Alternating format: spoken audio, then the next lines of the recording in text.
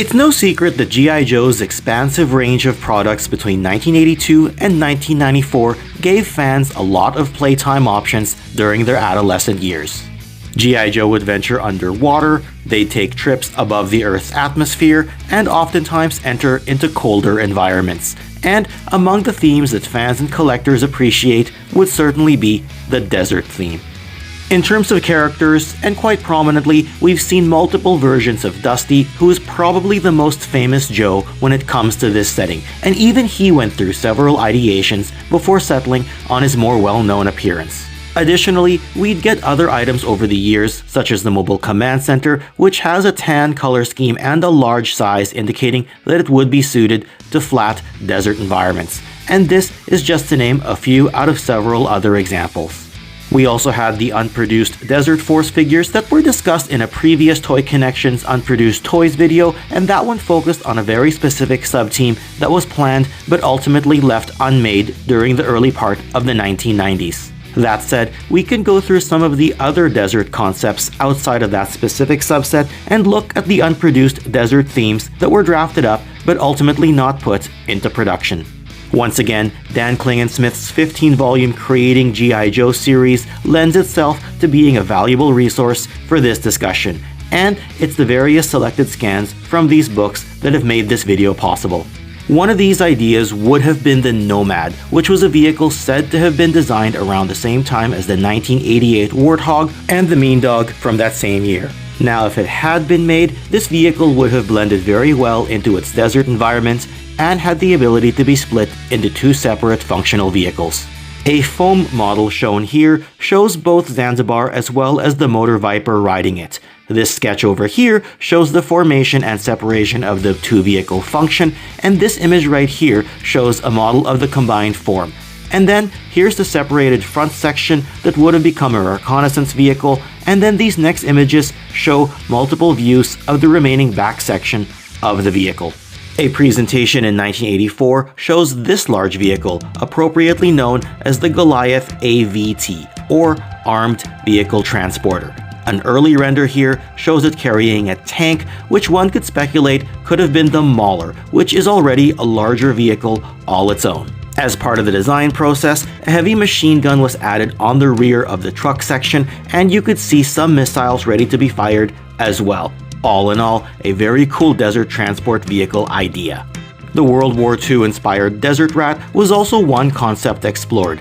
That is, the Desert Rats who fought against the Germans in North Africa, and thus this would help expand the international range of G.I. Joe's brand. Since it was designed by Ron Rudat, one can speculate that this could have been released during the 1982 to 1986 timeframe when Ron designed pretty much every figure in the range.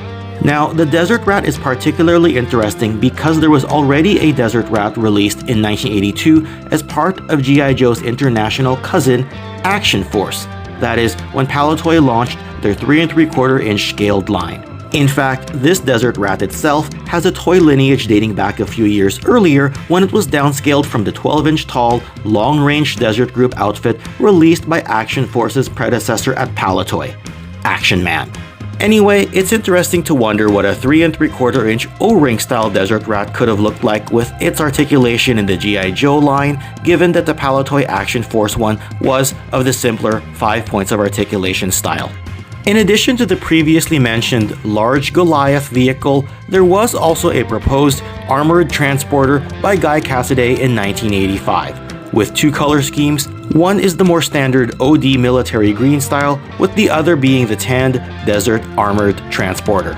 You can see the proposed missile deployment method on the desert one here, and one of the notes says that due to the sheer size of the drawing, Guy actually had to tape a second sheet of paper to the drawing to show the entire image of this transporter. Moving along, here's a character called Zumi and designed by Mark Pennington. It's noted that he was meant to be a driver for one of the vehicles, though it's not 100% clear which vehicle this could have been. And along with his obvious desert camouflage, an ankle pistol was designed for the figure, as it's noted that he would not be able to carry a weapon while driving. We can look at a few other unproduced ideas such as the G.I. Joe top hat or telescoping observation post highly armed turret, which is a reconnaissance vehicle. That said, this one wasn't 100% clear as to the terrain that it could be used in, and as it's a brownish tan color, it's somewhat akin to being a desert scheme, but could easily also be used for more mountainous terrains, as the text makes reference to attacking Cobra troops along a hillside. Interestingly, I found out during the production of this video that Greg Berndtson, who designed the top hat, was not particularly fond of this vehicle, as mentioned in a previous DFW, G.I. Joe, and action figures show panel with other designers.